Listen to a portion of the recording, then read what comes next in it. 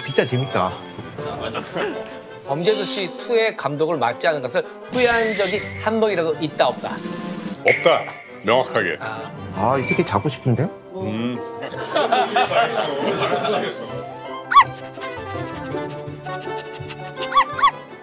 오늘 술 주제가 있는데 오늘의 주제는 빌런.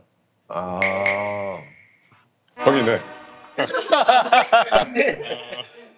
영화 속 빌런 월드컵이라고 누가 더 악한 악당인지 골라주시면.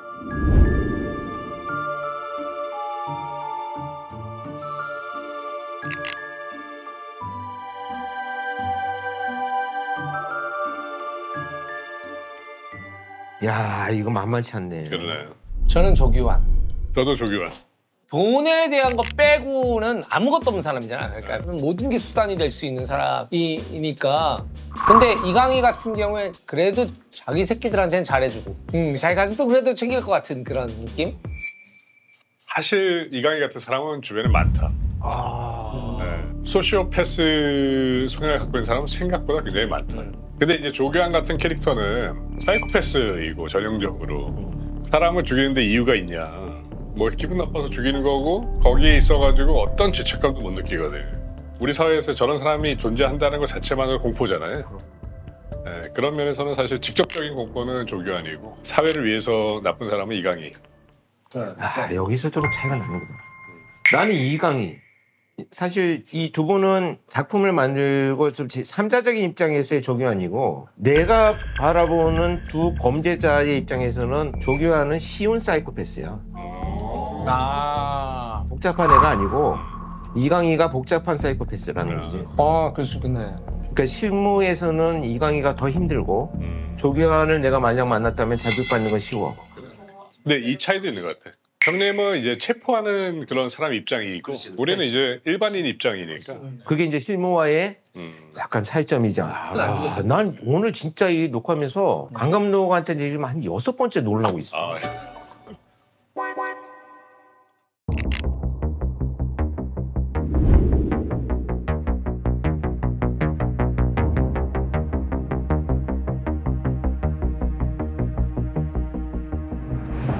이건 난 무조건 장경철이야. 나도 장경철. 저도 장경철. 네. 이 도가니의 저쪽이 나쁜 이유는 사실은 그렇지 않은 척하면서 하는 게 나쁜 거거든. 그렇지 않은 것 같은데 그렇단 말이에요. 그게 훨씬 사람을 더 배신감을 느끼게 하고 장경철을 이제 선택한 이유는 직접적으로 보여지고 가해지는 폭력과 나쁨의 정도가 일반 사람들이 갖고 있는 수치를 훨씬 넘어버리거든. 네. 그래서 이제 표면적으로 보이는 거는 장경철이 훨씬 더 센 놈이니까 장경철 쪽으로 손을 드는 거지.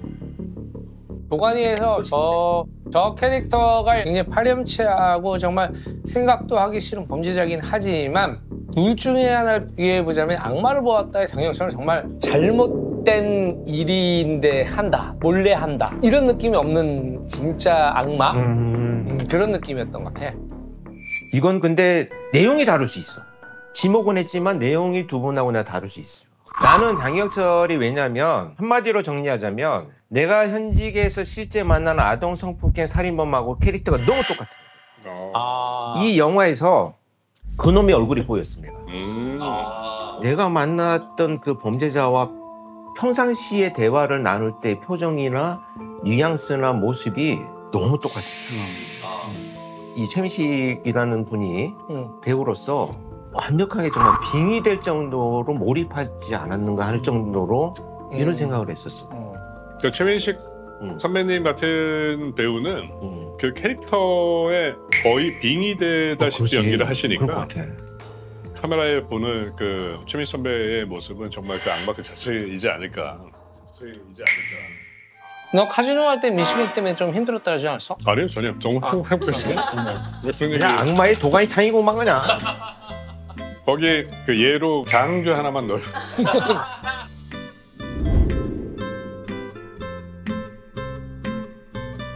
저런 악역 작품을 보면서 저런 악역을 하고 나서 자기로 돌아오는 모습도 보나?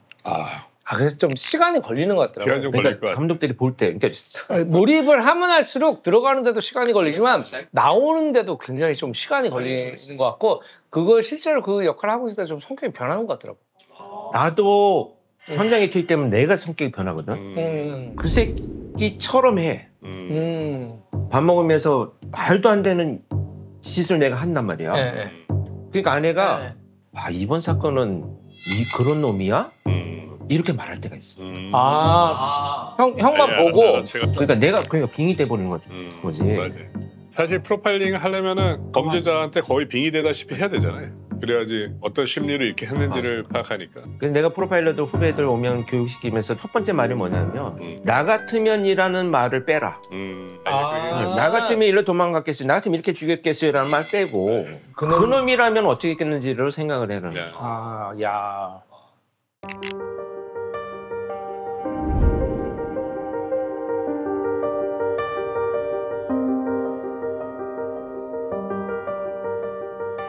이건 너무 쉬운데? 나는?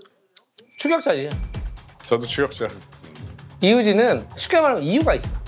어떤 사람한테나 악마적 근성을 발휘할 수 있는 게 아니고 복수라는 타겟이 있거든. 그러니까 이 사람은 그 이유가 있어야지만 나쁜 짓을 할 수 있는 사람이야. 근데 얘는 그게 없이 그냥 태생적으로 할 수 있는 놈이지. 그러니까 약한 사람이 고통을 당하는 거 즐기는 거. 저도 같은 맥락인데 이우진은 자기 과거에 당했던 사건 때문에 그 오랜 시간 동안 복수를 꿈꾸고 명확하게 이제 한 사람한테만 위해를 가하는 건데 마찬가지로 지영민은 그렇지 않고 다수의 특정 인물들한테 다 아무 이유 없이 폭력을 가한다는 거는 진짜 무서운 일이에요. 아니 이거 너무 똑같이 얘기한 거 아니야? 좀 그런데? 지영민. 고민에 빠졌어요. 아니 고민이 아니라 추격자의 이 지영민은 내가 투입됐던 사건이잖아. 그럼 뭐 이영철에 대해서는 더 이상 할 얘기는 없고 나는 이우진인데 실무 입장에서 볼 때는 범죄를 저질렀을 때 현장에서 지영민이 가진 어떤 서사와 이우진이 가진 서사를 알아내고 수사할 수는 없어요. 그래서 지영민 같은 경우는 수사 입장에서는 처음이었기 때문에 우리가 굉장히 충격적이고 한국사회에서 연쇄살인이라는 것을 접한 사람일 뿐이지 이놈을 내가 직접 만나서 얘기해본 결과에 의하면 그렇게 대단한 놈은 아니거든. 찌질하고 약자들만.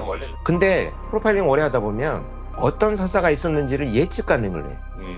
이런 트라우마가 저런 일을 올드보이에서 저질렀다는 것을 내가 이해하는 사건들을 경험을 했어. 그러니까 무슨 얘기냐면 살인을 저지르고 처벌의 개념으로 옷을 벗겨놨어.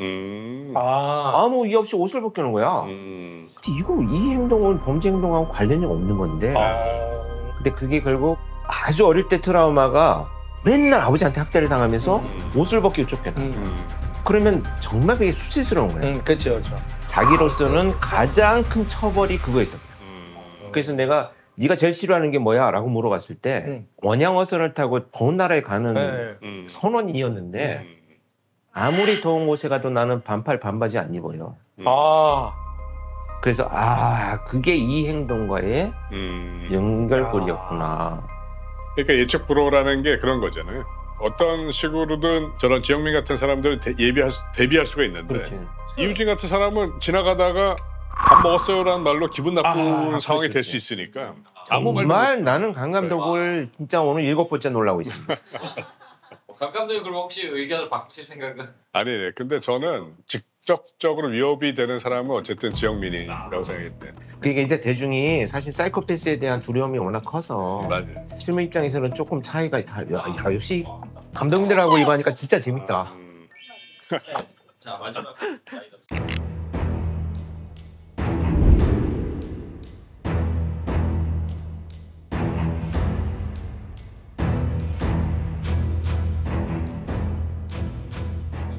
나는 장첸이. 장첸은 사람들을 조종하잖아. 조종하는 능력이 교묘해. 그러니까 사실 영화에서는 딱 이렇게 연결이 되어가지고 장첸이 이런 게 나왔지만 수사를 하는 건 진짜 힘들어요, 저는. 그러니까 보이는데 증거를 찾는 게 제일 힘든 거야. 이게 장첸이에요. 근데 면정학은 그냥 보이면 가서 잡아오면 될 것 같아. 그러니까 어디 있는지 모르는 거지 이 정체가 뭐지를 고민할 필요는 없을 것 같아. 강 감독님 그럼 혹시 아니 내가 먼저 물어보면 안 돼요? 네. 장첸을 선택한 캐릭터를 선택한 이유가 과연 뭐였습니까? 계단 씨를 선택한 거는 범죄자 역할을 안 했던 사람이 했었으면 하는 거였어요. 그러니까 사실 관객은 새로운 걸 보고 싶어 하잖아요. 배우 캐스팅도 그렇고 이야기도 그렇고 사람들이 갖고 있는 예측을 조금씩 벗어나야 되는 그런 면에서는 사실 유계상 배우가 정말 적격이었었죠. 그리고 실제로 보면 너무 착하고 너무 맞아요. 순수한 네. 사람이잖아. 네.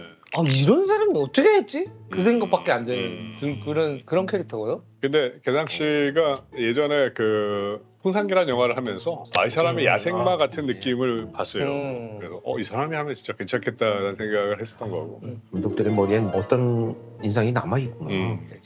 악인이라는 것들 자체가 어느 각도에서 보느냐, 어느 각도에 어떤 시점에서 어떤 상황에서 보느냐. 극악한 범죄자가 있는데 동네 사람들이 인터뷰를 해보잖아. 법도 없이 살 수 맞아. 있는 사람이에요. 나는 수없이 봤어 그런 경험이. 아이고 너무 친절한 사람이에요. 그런데 피해자 입장에서 생각해보면 완전히 다른 사람이에요. 그럼 당연히 그렇지. 그래서 우리가 영화를 만들면서 빌런을 선정하고 그 캐릭터를 하려고 했었을 때 그 빌런한테 동정을 줘서는 안 되거든요. 관객이 빌런한테 맞아. 동정을 주는 순간에는 그렇지. 빌런이 안 되는 거예요. 그럼. 그래서 빌런이 왜 이런 나쁜 짓을 하는지에 대해 가지고 이유를 심거나 과거에 학대당했거나 얘도 피해자거나 이런 식으로 설명이 들어가면은 주인공이 얘를 잡으려고 하고 얘를 이제 막 뭐 했었을 때 카타르시스가 안 느껴지는 거야. 얘도 피생자인데 그렇지. 하면서 동정을 해버린다. 그래서 영화에서는 고의적으로 이런 부분들을 차단을 해요. 장첸이라는 캐릭터가 일부러 그러면 서사를 안 살리시. 그래서 이 서사를 빼버린 거예요. 난 그래서 이 지점이 너무 궁금했어. 네. 나 완전 나 이 감독님들하고 있으니까 영화에 몰입하네. 이 두 분의 이야기를 듣다 보니까 감독들이 빌런을 어떻게 선택하는지는 이해가 돼. 진짜 놀랍다. 역시 감독들이 쌩쌩해.